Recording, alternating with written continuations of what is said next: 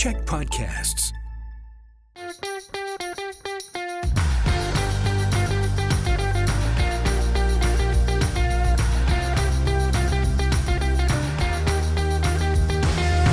Hey everyone, and welcome to Political Capital, your source for all the latest in BC politics. I'm your host, Raj Chouhan, coming to you from the Check Media World Headquarters in Victoria. Thank you for joining us on Check TV, the free Check Plus app, YouTube, or your podcast feeds. And remember, podcast show often has extra content and discussion, so you want to make sure you subscribe to that. This week, the Legislature back in session, a fascinating new poll on the NDP government, MLA pay, and the BC Legislature CAT goes national. To break all this down, let's bring in the pod squad. We have Jeff Ferrier, Senior Vice President. Sorry, Jeff, I didn't mean to slag you there, at Hill and Knowlton. Jeff, thank you for being here. Howdy.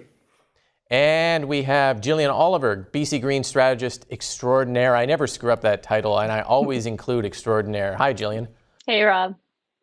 Okay, let us talk about the Legislature. They call it the fall session. Still feels like summer outside. That's just political spin, I tell you. Fall session. I don't believe it for a second. Everyone is back in the House for John Horgan's last session as Premier. As expected, the NDP government found itself under fire for slow progress on the healthcare crisis, prolific offenders, random assaults, inflation, cost of living. And how did that debate go after a few days? We should start with that question. Jillian, you watched this. I made you watch it. People in the real world, I'm told, don't. But you watched it. What did you think of this debate? Well, I kind of see this opening week of session as sort of the continuation of what we saw in the spring, where, we kind of had almost this break from politics during COVID, where people were really, focused on the here and now, on the immediacy of the public health emergency. And then we saw the government kind of get caught off guard with the reaction to the Royal BC Museum. And I think we're sort of seeing a continuation of that, where all of these sort of non-pandemic issues are sort of catching up, are coming more pressing in the forefront of people's minds. At the same time, of course, we're having the local elections, which is sort of raising the temperature on these issues. And the government is adjusting to a higher degree of scrutiny and sort of less of that, a bit of slack that I think they got while we were going through the public health emergency, and everyone was sort of just focused on the immediacy of that. So I think that, it's not surprising that we're seeing a little bit more heated tone, that the government ministers, especially those that are new, that have only been ministers since the pandemic and been in government since then, are adjusting to having to respond to more pressing, difficult issues that they didn't feel the heat on so much before in their first couple of years. Yeah, a return to normal in some ways, and normal means a confrontational dynamic and topics that aren't related to COVID, just like in the spring. I think you're right, Jillian. Jeff, what did you make of the debate this week? Well, the first thing is that governments don't like session typically, because when session isn't on, government can set the agenda. They control the terms of public debate, setting events, making announcements. But when the House is sitting, MLAs are in Victoria, there's question period, and so the opposition has a much greater platform to be able to communicate and make their points. And so it's never, that's why Christy Clark, when she was the Premier back in the day, would often cancel them. Governments don't like question period. But I want to say something about this debate. I'm going to do something that I don't usually do, and I want to congratulate Kevin Falcon and the BC Liberals. Congratulate them for the most perfidious political posturing I've ever seen in a legislature on this issue of prolific offenders. You got Kevin Falcon doing his best Barney Fife impression, popping up in question period, popping off with silly slogans, pretending like he's a tough guy, exploiting crime victims, very real concerns for cheap partisan gain. And if he had ideas, this would all be great. But he has fantasy ideas. Politicians tell prosecutors to prosecute harder. Judges judge harder. That's the solution to the problems we're facing in public safety, which are real, which people are worried about, which we're hearing about in media, and are absolutely important. But, the solutions are political hot garbage. So congratulations, Kevin. Good job this week on that. But yeah, whenever the House is sitting, it's no fun for government. About as much political hot garbage as a government commissioning an expert report and then skipping over all the hard stuff and picking the one thing that wedges their political opponents. Possibly that's that very much cynical. Hot garbage? Very cynical. I think the report. That's cynical. Okay. The report said two things, right? The report said yes, being tough on crime is important. And I think this week, if you watched Question Period, you saw the government wasn't on very strong footing on that front. I think they needed a lot more. Solicitor General Mike Farnworth, for folks who don't watch, is, law and order. We're going to put those criminals behind bars where they belong. But then you saw the Attorney General Murray Rankin talking very much like a university professor, and with language that didn't resonate with crime victims, which didn't resonate with people who were experiencing this in their day-to-day lives. But so any more Mike Farnworth, tough on crime. But the report also said tough on the causes of crime, poverty, housing, mental health and addiction support. These are areas where government is moving. Kevin Falcon calls that weak. He called the experts who wrote the panel so-called experts. Those experts were actually law enforcement people who've actually been on the beat facing down criminals, something that Kevin Falcon has never done. So, I take your point on the starting slow with government, but when it comes to the actual solutions, I'm with the real tough guys and not the make-believe tough guys. I don't know, Jeff. I get that, but holy moly, this was a bad week for government. And you touched on it there with law professor Murray Rankin, who, if you took anything he said in the House this week and showed it to someone in the real world, I think they would have been appalled at the kind of nonsensical half measures and weak discussion. And it reaches there's an overarching point I want to go back to you both on here, and that is the strategy of the debate. I found it fascinating. So on healthcare and crime, it kind of went something like this week. Health Minister Adrian Dix stands up. He talks about incremental progress. He talks about a 5-year HR plan. He talks about some more nursing and doctor training seats. He said we're spending more money than the BC Liberals ever did. And the Liberals stand up and say, hey, well, you know what? This person died on a stretcher waiting in an ER lobby. His 8-month-old baby died waiting for an ambulance. Look at this woman in the interior who had to miscarry alone in an ER bathroom because nobody could help her. Then on crime, Attorney General Murray Rankin stands up, says, we're spending more money on prosecutors than the Liberals ever did. Reading case law in the House, and the Liberals stand up and say, hey, what about that woman in Vancouver chased pushing a stroller down the street, or the man stabbed to death by the random stranger, or the woman chased into her apartment building lobby, grabbed and assaulted before strangers had to drag this random guy off her? And I think that dynamic, and I want to go to you both on this, that dynamic between rhetoric and reality fascinated me, because I think it highlights a larger problem the NDP have right now, trying to communicate their messaging and their spin, which is, quite frankly, I've said this before, god-awful, but it runs up against this kind of evaporation point of the real world. And Jillian, did you pick that up, that disconnect, or what did you make of that? Well, I think, every government kind of that's been in for a while gets into this place where they're having to sort of defend their record, and it doesn't often meet the level of urgency that people are feeling in terms of the solutions. But I also think that, the government has tended towards a more risk-adverse approach on a lot of files, to go a little bit slower and not rock the boat. And I think that's been a big part of Horgan's legacy that a lot of voters have responded positively to, that they see him as sort of, moderate and temperate and safe. But we're sort of starting to see these big issues, exacerbated by the pandemic, exacerbated by other sort of, global forces that are sort of getting ahead of the sort of more tepid solutions that the government has chosen. So I think that's, it's going to be interesting to see with a looming leadership change, if we see a shift in strategy in the coming months, and this could all be old news if that's the case.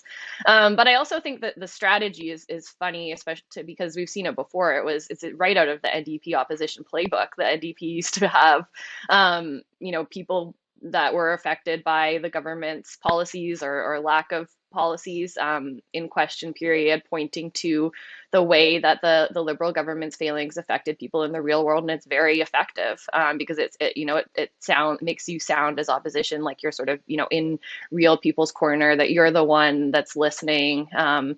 The opposition leaders have just come off a summer tour where they've been traveling the province. They're fired up with all of these stories and that sort of connection that they've been making with communities. But I do also take Jeff's point, and I think this was always the issue for the Liberals with going with Kevin Falcon, which is that he's got history in government as well. So I think that it's overall the debate now is just sort of devolving already into these two parties arguing over who is worse, rather than talking about real solutions that could actually make a difference. And I agree with Jeff and with the Prolific Offenders report that the solutions to these issues are systemic, as much as that is frustrating to hear for people that are feeling a sense of urgency on the ground right now.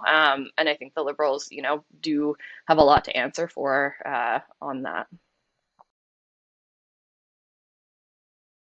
Jeff, respond to my point, I guess. And I think, is there a way, and I've raised this before, this preoccupation that the NDP have with Kevin Falcon, is it blinding them in any way to responding to actual issues? We saw it on the museum. We've seen it on other things. NDP get their back up and they think, well, if Falcon is saying this, like, to hell with that guy. And underneath that is the strength of Falcon's argument, which is he's pointing out things that polls are saying and people are saying and things that are happening to people. And sometimes I wonder if the NDP sees that, or they just kind of get the red flag of Kevin Falcon and they just go nuts and immediately kind of throw that out the window. Are you suggesting that I just went nuts on Kevin Falcon by calling him Barney Fife? I think, no, I'm not saying that. Okay, that's good. I've seen you go nuts, and that's not nuts. That wasn't You usually nuts. have steel chairs, and you got all sorts of things going. No, I think that what the NDP is going through, I think partially it's what Jillian said. A lot of these issues, healthcare especially, are big systemic issues that are hitting governments and jurisdictions everywhere, where the solutions are expensive and complex and showing immediate progress to people who are experiencing difficulty finding a doctor, difficulty getting into an ER. It's hard to do. So, but I think part of it, and I think it applies more to the prolific offender debate this week, is this tendency for people who, when they're in government and they're surrounded by policy people, and that's who they spend most of their time talking to, when they go out publicly, that's how they talk. And you see and that's why I flagged the difference between how the Solicitor General, Mike Farnworth, talks and how Minister Rankin talks. They're both very strong legislators, both smart, both focused on the right things. But Farnworth did a much better job of talking to everyday people about, showing understanding for what they're feeling, and not bring it to a level of, well, I need to educate you on the legal challenges and the complexities and all the things that are standing in our way. And I think that, my advice to government would be to keep in mind who you're talking to and what they're feeling, and have that drive what you're saying, rather than, all the important things that the policy folks are telling you in the background, because that kind of stuff is important, but it's not going to connect with people in their everyday lives. Yeah. No, it's a good point. What is your audience? Some people will argue that the audience in question period is nobody, but I think one of the issues is, and I asked John Horgan this question this week, where's this disconnect coming from? And he said, well, this is politicians reducing things down to slogans like catch and release, and it's not true. There is no catch and release. And fair point. He said the media should do a better job cutting through the slogans and getting to the truth. I can't help but remember younger John Horgan in opposition coming up with fantastic slogans like quick wins and triple delete and disability bus pass clawback. I think that's part of explaining to the public complex issues. But I will accept the point, too, that there is more going on than just a slogan and a bumper sticker, as he put it. And I guess that's one of the pros and cons of question period, is sometimes we don't ever really get beyond that. But anyways, let's move on to a poll here from Angus Reid, reiterating kind of an issue that we've talked about before, which is People love John Horgan, but they're kind of ticked off at his government on some major issues. And 3/4 of people polled said the government is doing a poor or very poor job on the top 3 issues. Healthcare, 73%. Cost of living, 77%. Housing affordability, 85%. Homelessness and overdose crisis, 84%. Those are eye-wateringly bad numbers for the government. And it lays out this question the NDP is facing. What do you do when the guy whose popularity is keeping your government afloat suddenly decides to leave? Jeff, how do we answer that question? Well, this is maybe going to make your head explode, but I would say that the BC NDP, looking at these numbers, should be pleased with the resiliency of their public support. And with this poll, and I think back to an initial poll also done by Angus Reid, where it showed that British Columbians, when asked about approvals and sense of David Eby and John Horgan together, actually had Eby scored a point higher. So I think what the poll says is that people have concerns that there are really big issues that they want to see the government make progress against, but that they trust the NDP to tackle them better than the other parties.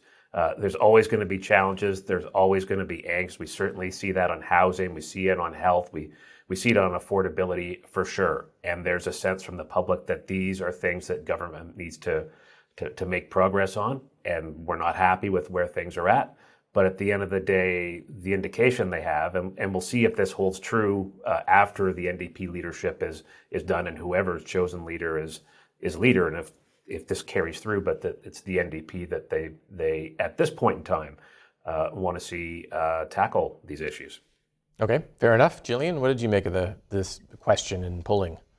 Yeah, I mean, I think, well, one, it shows why, even if David Eby expected to win the leadership race outright, why there's other goals to a leadership contest, to branding yourself to the public. It's an opportunity to sort of build that personal brand and build that connection with people. We're seeing him pick that up a little bit more, but I think, it just really underscores for me why that's so important and how good of a job Horgan's team has done. I think that there is still, like Jeff said, lasting trust in the party when you look at the vote intention, but we are seeing a shift. Like we saw the Greens up in this poll a little bit.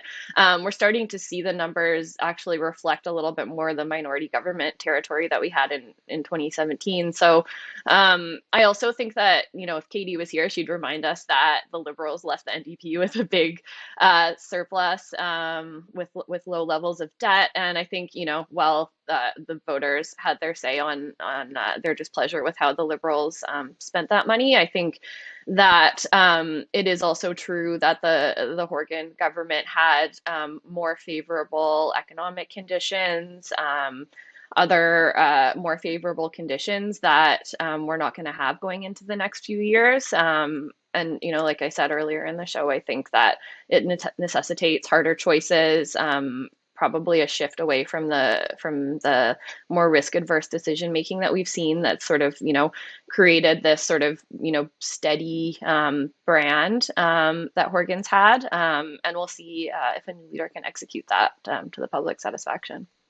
Yeah, I agree. And Jeff, I'll make your head explode. I kind of agree with your point too. I think these numbers give the NDP an opportunity, and David Eby likely to be the leader, the opportunity to swing big on issues because they show the public dissatisfaction on the kind of incremental things, and Eby's a policy guy. He's not going to have Horgan's popularity, so swing big on policy on these areas to bring the public with you, and that could be good news for a new leader in the NDP. You've seen him swing big on housing. We haven't talked about it, but the flipping tax, strong-arming municipalities to build more housing. He's swinging big on housing, so yeah.